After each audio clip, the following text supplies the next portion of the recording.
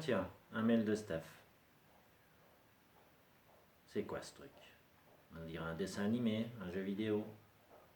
Mais comment ça marche ce truc? Ouais, j'y comprends rien. Bon, je vais l'appeler.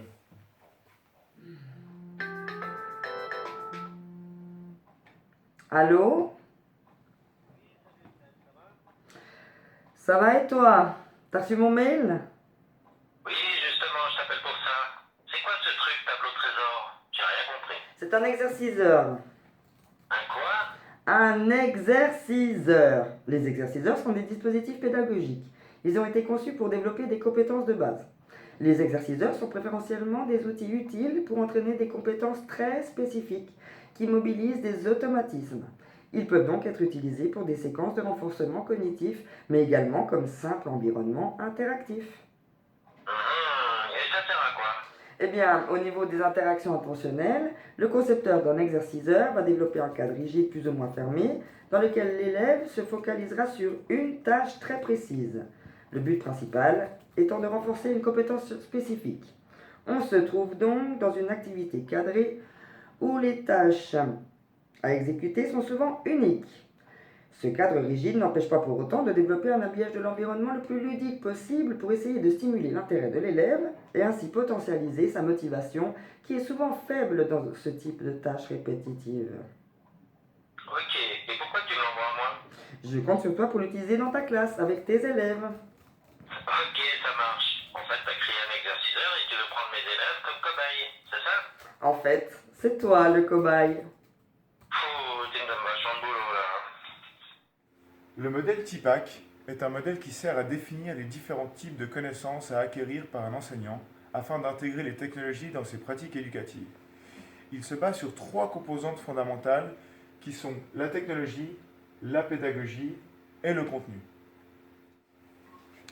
Dans le cadre de notre activité sur l'exerciceur Tableau Trésor, nous avons pu constater qu'elle représentait un apport important au niveau de la gestion de l'enseignement.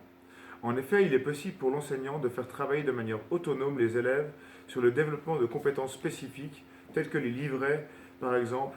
De plus, l'élève trouve une source de motivation supplémentaire car il travaille dans un environnement ludique et différent qu'à son habitude.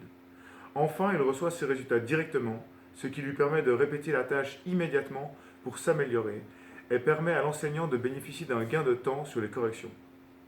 D'un point de vue relatif à la didactique des mathématiques et plus particulièrement à l'entraînement des opérations simples, cet exerciceur se révèle également très pertinent. Dans ce cas précis, la méthode de répétition de calcul aléatoire fournie par le logiciel est une très bonne manière de travailler et de mémoriser ses livrets pour l'élève. Ouais, c'est trop bien cet exercice.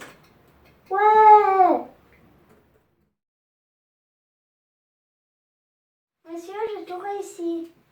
Très bien Clémentine, alors si tu as tout réussi, tu peux essayer les multiplications maintenant. Ouais!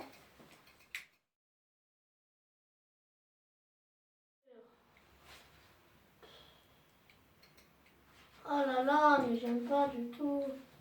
Martin, c'est combien 9 fois 8? Réfléchis. Oh là là, tu m'énerves. J'ai plus de temps.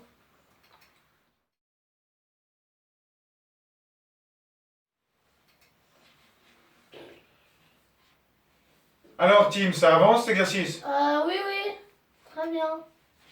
Hey, salut Steph, c'est Christophe. Écoute, je t'appelle au sujet de ton exerciceur là. Tu vois? Alors écoute, c'est pas mal, ils peuvent travailler tout seuls, ils font de l'autocorrectif. C'est pas mal de ce côté-là, mais alors du côté du paramétrage, pour moi en tout cas c'est la galère. J'arrive pas à m'en sortir, je perds 1 heure à chaque fois pour chaque élève. Donc l'effet bénéfique il est perdu. Ok?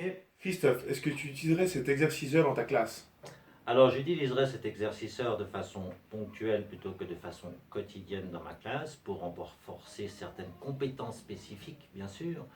Quant au logiciel Tableau Trésor, je trouve qu'il est un petit peu difficile à paramétrer et qu'il serait judicieux de pouvoir l'alléger pour pouvoir l'utiliser de façon plus simple et plus fréquente.